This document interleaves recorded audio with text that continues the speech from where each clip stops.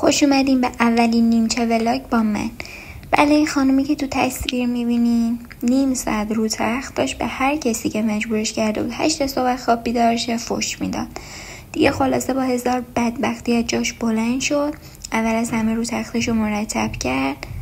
همینطور که میبینین چقدر این خانوم با نظمه، همینجوری این پتو رو اینجوری نگاه هوشت میندازه رو تخت، خیلی شیک.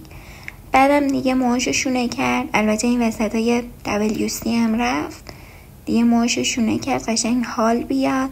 بعدم از اونجایی که خیلی دیره شده بود سری نشست آرایش بکنه، یکم کانسیلر میزنه به صورتشو. دیگه خلاصه حالم نداره فیدش کنه، با انگوش میره تو کارش، دیگه همجوری ادامه میده. اینجا هم دیگه حاضر شده بودم، آرایش هم کرده بودم. چقدر آرایشه بهم میومد خدایی، چقدر خوب شده بودم. بعد دیگه یه اسپرسو هم خوردم رفرش بشم. بعدم دیگه سری لباسامو پوشیدم، حاضر شدم. چرا میخواستم برم پیش ناخونکارم. همینطور که میبینی یه دستم ناخون داره، یه دستم ناخونش همه افتاده.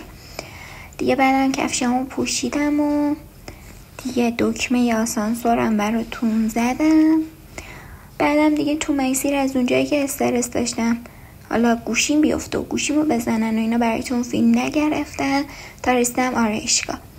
اینجا هم دارم دنبال رنگ ناخون میگردم، ناخونای نیمه آماده‌مو میبینین دیگه. اینجا هم هنو کارش مونده بود ولی گفتم بذار بهتون نشون بدم. بله، اینجا ناخونای من تموم شده بود. پاپیونش رو نگاه کنین چقدر گوگولیه. اگر خوشگل شده که حتما تو کامنت ها بهم بگین. دیگه بعدم سوار اسنپ شدیم، برگشتیم به سمت خونه. از گرما هلاک شدم، یعنی امروز انقدر گرم شد من آب شدم دیگه. خلاصه اگر از این نوع ولاگا دوست دارین حتما تو کامنت ها بگین، بازم براتون بگیرم. بای.